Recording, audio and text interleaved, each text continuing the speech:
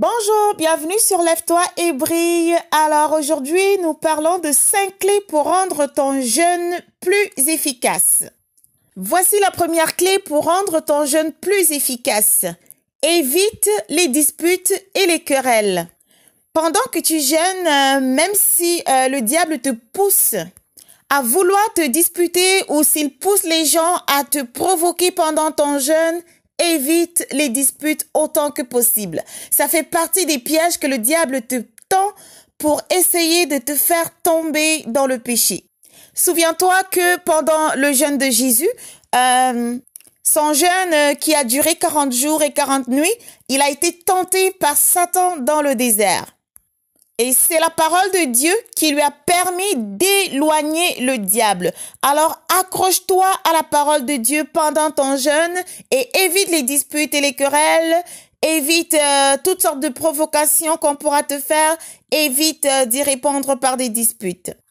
La deuxième chose à faire pour rendre ton jeûne plus efficace, c'est de dénouer les liens de la servitude et renvoyer les opprimés libres. Alors, il faut renvoyer libres les opprimés et dénouer les liens de la servitude. Ça, c'est le deuxième secret. C'est la deuxième clé pour rendre ton jeûne plus efficace.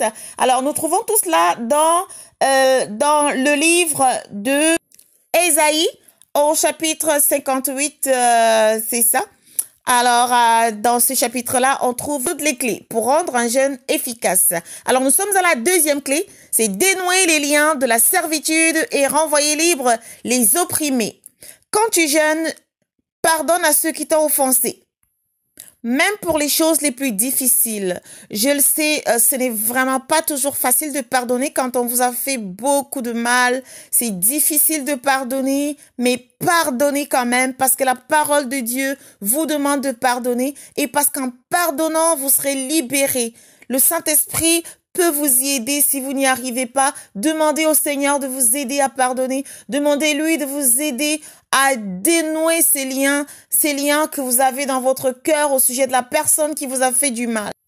Souviens-toi que Jésus a pardonné à ceux qui venaient juste de le crucifier. Il a dit, Seigneur, pardonne-leur, Père, pardonne-leur, car ils ne savent pas ce qu'ils font. Alors, il nous demande de pardonner. Alors, pardonnons, même si des fois c'est difficile, même si des fois nous ne comprenons pas. Il arrive parfois que tu aides quelqu'un et que ce soit cette personne qui par la suite essaie d'être pour toi une occasion de chute. Alors, pardonne, même pour tout le mal qui t'a été fait, peu importe la douleur que cela a pu procurer à ton cœur, à ton âme, à ton être, pardonne. Et c'est de cette façon-là que cette blessure-là que tu as gardée au plus profond de toi va pouvoir cicatriser aussi. Tu libères la personne quand tu pardonnes et tu te libères toi-même. Donc, le fait de dénouer les liens de la servitude et de renvoyer les opprimés consiste aussi à pardonner les personnes qui nous ont fait du mal. Alors, libère de ton cœur tous ceux que tu portes encore tous ceux contre qui tu portes encore de l'amertume et des rancœurs et des envies de vengeance dans ton cœur. Il faut vraiment les libérer de ton cœur. Quand tu jeûnes, supplie le Saint-Esprit, demande-lui de t'aider à pardonner, demande-lui de t'aider vraiment à alléger cette lourdeur, à délier toutes ces personnes de ton cœur, à les libérer de ton cœur. Ne les retiens plus en captivité dans ton cœur.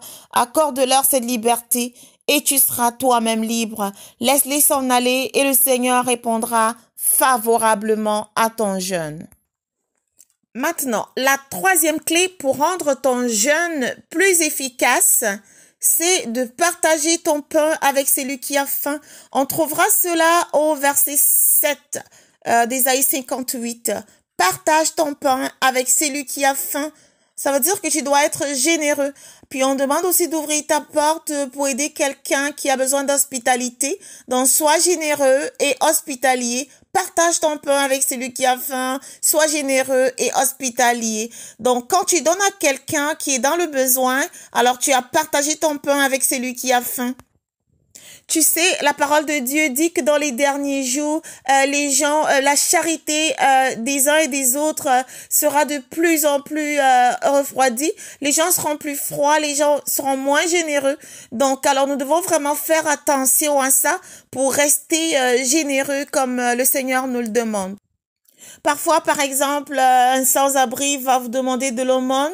Les gens vont avoir tendance à penser qu'il va peut-être s'acheter de la drogue avec ça. Les gens vont commencer à se questionner. Si je lui donnais de l'argent et s'il s'en allait s'acheter de la drogue avec, il vient de me dire qu'il a besoin de quelque chose pour s'acheter à manger. Alors, et s'il prend ça pour aller s'acheter de la drogue, mais est-ce que ce serait une bonne idée de lui donner de l'argent? Mais non. Alors, l'amour ne soupçonne pas le mal, comme nous le dit la parole de Dieu. Donnez, utilisez aussi le discernement, puis donnez. Il vous a dit qu'il a faim, mais s'il y a un restaurant à côté, pourquoi ne pas l'amener dans le restaurant, lui demander de commander un plat et pendant que le restaurateur lui prépare ce plat-là à manger, vous payez et vous vous en allez. Si vous êtes pressé, vous avez juste à payer puis vous en allez.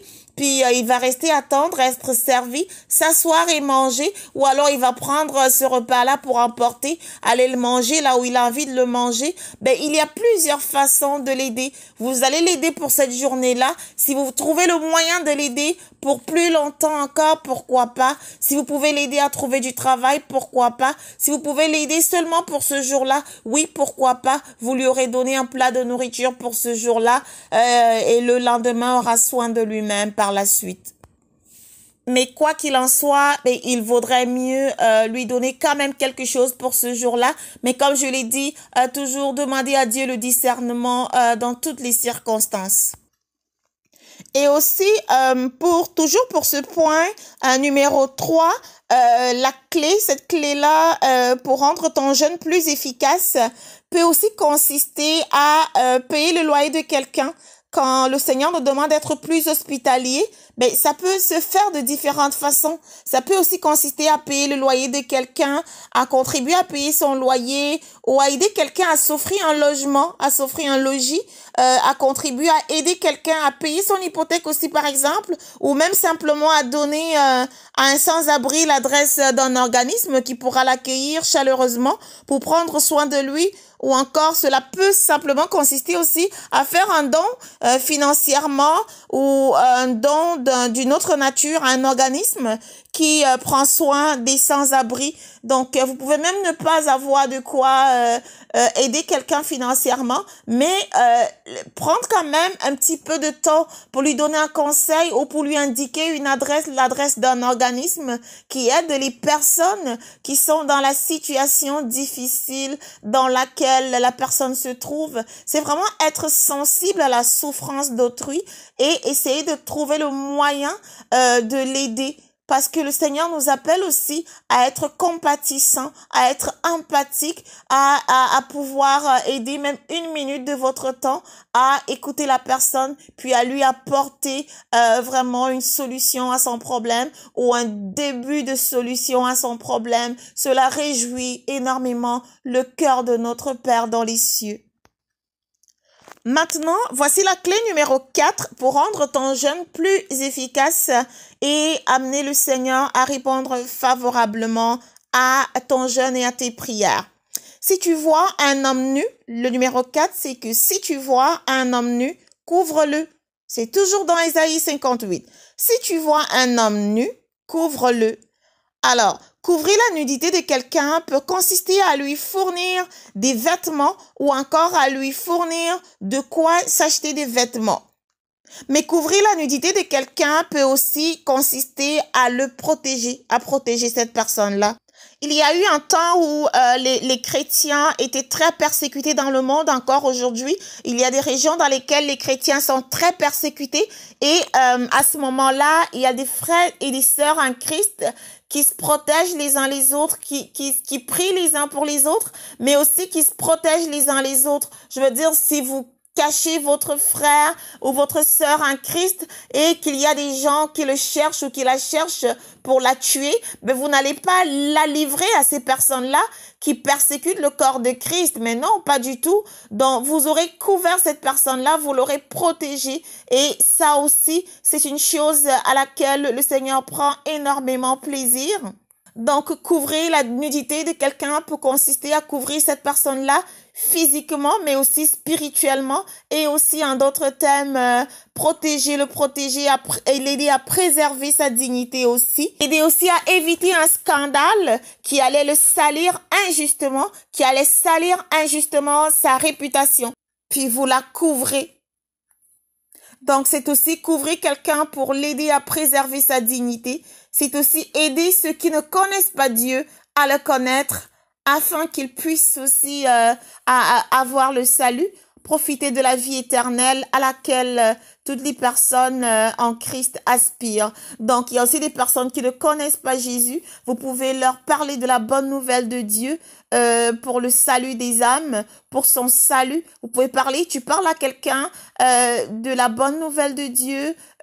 Tu lui parles du fait que Dieu a tellement aimé le monde qu'il a envoyé son Fils unique afin que quiconque croit à lui ne périsse point, afin que cette personne-là donne sa vie à Jésus pour avoir la vie éternelle. Ben à ce moment-là, la personne évite l'enfer et à la couverture de la robe du Seigneur, du pan de la robe de Dieu qui va couvrir sa nudité et l'amener au paradis. L'amener à gagner le ciel. La cinquième clé pour rendre ton jeûne plus efficace, cette clé-là, c'est ne te détourne pas de ton semblable. Alors, cette clé consiste vraiment à être attentionné, à être vraiment attentif, à faire, parce qu'il paraît qu'il y a même des personnes mais qui évitent de saluer, de répondre à la salutation des autres quand elles jeûnent. Mais là encore, on va éviter d'aller aborder ce sujet-là. Par contre, sache que pendant ton jeûne, ne te détourne pas de quelqu'un qui a besoin de toi. Peut-être pour des conseils, peut-être pour toute autre chose. Il peut s'agir de différentes formes d'aide. Tant que cela reste dans la volonté de Dieu, fais-le, aide la personne. Ne te détourne pas de ton semblable qui a besoin de toi. Peut-être pour des conseils, peut-être pour des recommandations, peut-être pour toutes sortes de choses, peut-être pour une aide, peut-être pour toutes sortes d'autres choses. Tant que cela est dans la volonté de Dieu, tant que cela n'est pas contraire aux préceptes de l'Éternel, tant que cela est dans la volonté de Dieu, fais-le, aide cette personne. Bref, fais le bien pendant ton jeûne. Et cela réjouira le cœur de Dieu. C'est lui-même qui demande de le faire dans Ésaïe 58. Il dit d'ailleurs, vous allez voir que le Seigneur commence par dire que le peuple dit que lui, il ne répond pas au jeûne. Le peuple dit, mais à quoi cela nous sert-il de jeûner et de morfondre notre âme si tu n'y prends point garde? À quoi cela nous sert-il de jeûner et de morfondre notre âme si tu n'y prends point garde? Les gens le lui demandent alors que voici vraiment les clés qui vont renforcer vraiment l'efficacité du jeûne du chrétien et le Seigneur va être plus sensible à la demande de la personne. Le Seigneur va pouvoir répondre plus favorablement à la personne. Si tu respectes les 5 clés dont nous venons de parler, à ce moment-là, ton jeûne sera tellement plus efficace. Le Seigneur fait une promesse dans les versets suivants. Il te dit que si tu voulais la guérison, et ta guérison, elle germera promptement. Alors, si tu voulais la justice, le Seigneur dit que ta justice marchera devant toi. Alors, si tu voulais la gloire, si tu voulais voir la gloire de Dieu dans ta vie, tu sais, nous chantons régulièrement, Seigneur, fais-nous voir ta gloire. On chante régulièrement, on veut voir la gloire de Dieu dans notre vie, on veut voir la gloire de Dieu dans ce que nous faisons, on veut voir vraiment le Seigneur se glorifier au travers de nos vies. Alors, Alors, si nous faisons ces choses que le Seigneur nous demande de faire, quand nous jeûnons, même aussi, des fois, nous lui disons, Seigneur, nous voulons voir ta gloire se manifester. Alors, si nous faisons ces choses qu'il nous demande de faire, alors la gloire de l'Éternel nous accompagnera. Le Seigneur nous dit dans le verset suivant, la gloire de l'Éternel t'accompagnera. Tu jeûnes parce que tu veux que le Seigneur te réponde. Et le verset 9 d'aujourd'hui, chapitre 58, le verset 9 te dit, alors tu appelleras et l'Éternel te répondra. Tu crieras et il dira, me voici. Vois-tu, tu auras cherché l'Éternel pendant ton jeûne en respectant ces choses qu'il te demande de respecter et il donnera ce que tu attends. Si c'est parce que tu voulais guérir, si c'est parce que tu voulais une guérison pour toi ou peut-être pour quelqu'un d'autre, peut-être pour toi-même. Bref, quel que soit ce que tu demandais à l'Éternel, peut-être que tu voulais voir sa gloire, peut-être que tu voulais voir différentes choses dont nous avons parlé tout à l'heure, peut-être que tu voulais une percée, qui sait, de différentes façons, parce que plus loin dans les versets, vous allez voir, le Seigneur va dire, si tu rassasies l'âme indigente, alors, mais le Seigneur va vraiment arroser ta terre, tu ne manqueras de rien, parce que tu auras apporter à manger à quelqu'un qui a besoin de manger, quelqu'un qui a faim, tu lui auras donné à manger. Alors le Seigneur te dit que il s'arrangera pour que toi tu aies à manger, pour que tu ne manques de rien. Il faut lire dans les versets suivants, c'est vraiment très important. Ça c'est le secret, ça fait partie des secrets qu'on a dans la parole de Dieu pour rendre notre jeûne plus efficace. Mettons-les en pratique et nous verrons assurément la main de Dieu se manifester puissamment pendant les périodes de jeûne et même après notre jeûne et même au-delà.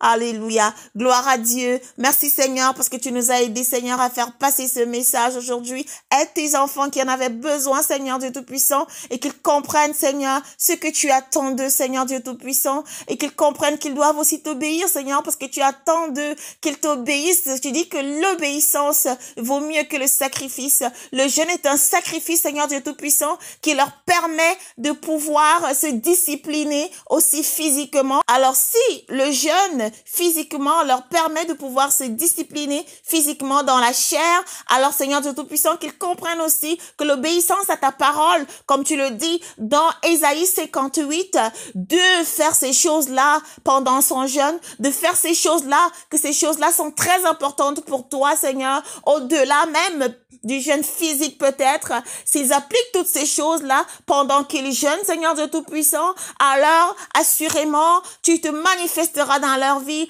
Assurément, Seigneur Dieu Tout-Puissant, tu leur montreras, Seigneur, que s'ils font ce que tu attends d'eux, tu leur donneras le désir de leur cœur. Père, nous te remercions, Seigneur, de nous avoir aidés à faire passer ce message. Je te remercie de m'avoir fait passer ce message, Dieu Tout-Puissant, par ton Esprit Saint. Je te dis encore merci, que ton nom soit glorifié, que ton nom soit élevé, que ton nom soit magnifié, que ton nom soit loué, que ton nom soit glorifié, Seigneur Dieu Tout-Puissant, d'un bout de la terre à l'autre, que tout l'univers crie, gloire à Jésus-Christ, que tout ce qui respire loue ton saint nom, que tout ce qui respire te magnifie, Père éternel. Je te remercie pour ça, je te remercie parce que tu m'as fait passer ce message, oh Père éternel, nous ne sommes, Seigneur, qu'une vaisselle entre tes mains. Nous ne sommes que des vases entre tes mains, Seigneur Dieu Tout-Puissant. Que toute la gloire te revienne, toute la gloire qu'elle te revienne, Père. Pas à un homme, Seigneur, mais à toi, Père éternel, au nom de Jésus-Christ. Je te supplie que toute personne qui écoutera ce message, Seigneur, puisse en profiter réellement, Seigneur Dieu Tout-Puissant, afin que tous ces jeunes, que tes enfants font tous les jours, Seigneur, partout sur la planète, ils te cherchent de toute leur force, ils mettent leur confiance en toi. Il y a même des choses qu'ils ne comprennent pas, alors ils jeûnent pour te supplier que tu les aides à comprendre, Seigneur. Aide-les aussi à comprendre ce secret que tu as mis pourtant clairement, que tu as mis, Seigneur, à la portée de tous dans la Bible, dans ta parole, dans Ésaïe 58. Je te remercie, Père, au nom puissant, glorieux, merveilleux de Jésus-Christ. Amen.